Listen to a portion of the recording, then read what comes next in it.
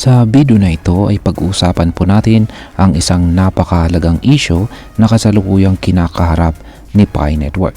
Isang project na matagal na nating sinusubaybayan, lalo na tayong mga Pinoy na umaasa na maging malaking bagay ito dito sa mundo ng crypto.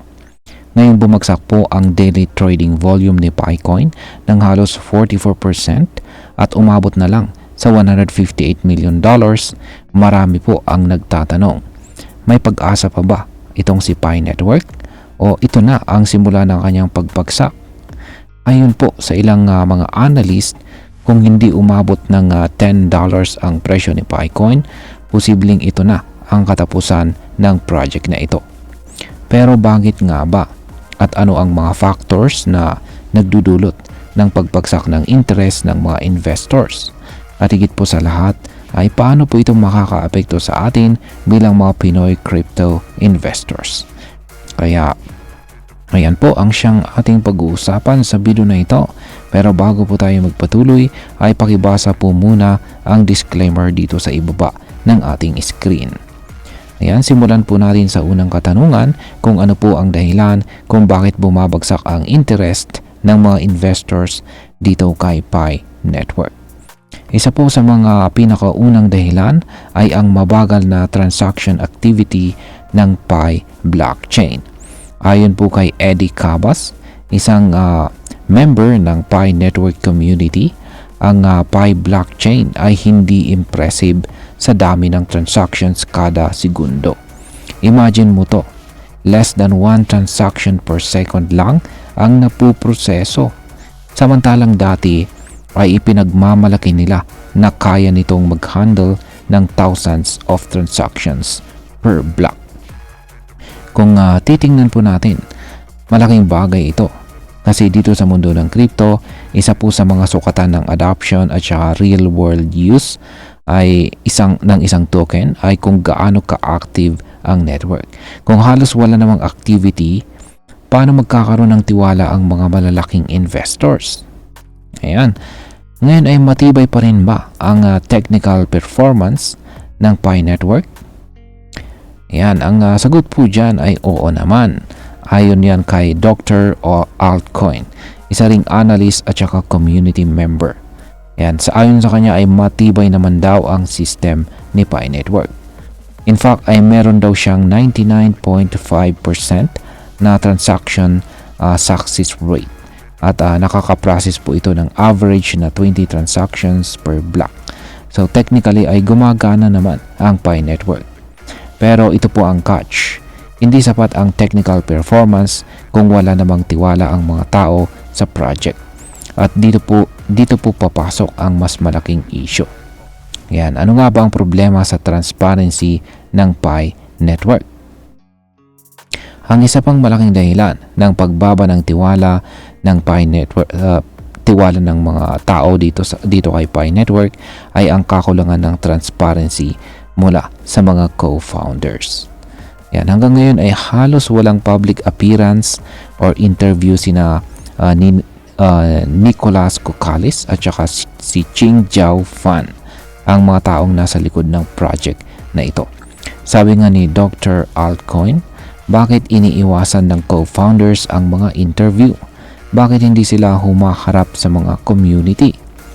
Yan, maraming taon na tayong naghintay, nagmina ng PiCoin sa ating mga cellphone araw-araw, pero parang hindi naman binibigyang pansin ang mga tanong natin. Kaya kung gusto po nilang mabuhay pa ang Pi Network, kailangang harapin nila ang community. Kailangang ipakita po nila na may direksyon at saka vision talaga ang project. Kung hindi ay baka tuluyan ng mawala ng tiwala ang mga investors, lalo na ang mga malalaki at saka institutional investors na kayang magdala ng tunay na kapital. Ngayon ay bakit po critical na maabot ang presyong $10 para kay PiCoin? Ayan, ayon pa rin po kay Dr. Altcoin, ang minimum na presyo na $10 para sa bawat PiCoin ay napakalaga. At bakit? Dahil sa presyo na ito ay posible nang maging aktibo ang mga decentralized applications or dApps sa loob ng Pi ecosystem. Kapag mababa po kasi ang presyo, ng token, nawawalan ng gana ang mga developers na gumawa ng mga dApps dahil maliit lamang ang potential income nila. Pero kung mataas po ang presyo, tataas ang value ng mga transactions at lalago ang adoption ng network. Isa pa, kung $10 po ang presyo, mas magiging confident ang mga centralized exchanges para ilista si PiCoin. Mas marami ring magiging willing bumili at gumamit po ng PiCoin kung mataas ang perceived value nito. Ngayon ay pag-usapan naman po natin kung ano po ang epekto ng paglabas ng 134 million na PiCoins buwan-buwan. Ayan. Ito ang isa pang nakakabahalang balita. Simula po next week, 134 million po na PiCoins kada buwan ang ilalabas sa sirkulasyon. Ang ibig sabihin nito ay mas dadami po ang supply. Pero kung hindi tataas ang demand, bababa lalo po ang presyo. Ito ang tinatawag nating supply shock. Kung walang sapat na burn mechanism o hindi tataas ang demand, posibleng bumagsak po ang presyo ni PiCoin sa mas mababa pa sa presyong 0.30 or 30 cents. Ayon po yan kay Dr. Altcoin.